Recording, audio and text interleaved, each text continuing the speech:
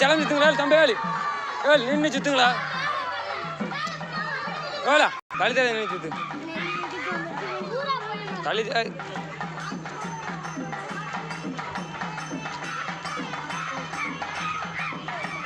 ribbon காட்டு மெதுவா சுத்து அப்படின்னா ரிப்பன் நல்லா தெரியும்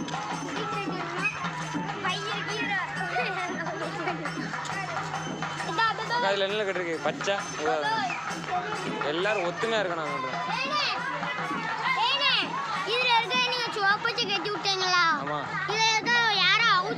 கட்டிக்கிட்டு தலையில கட்டிட்டு இதுல வந்து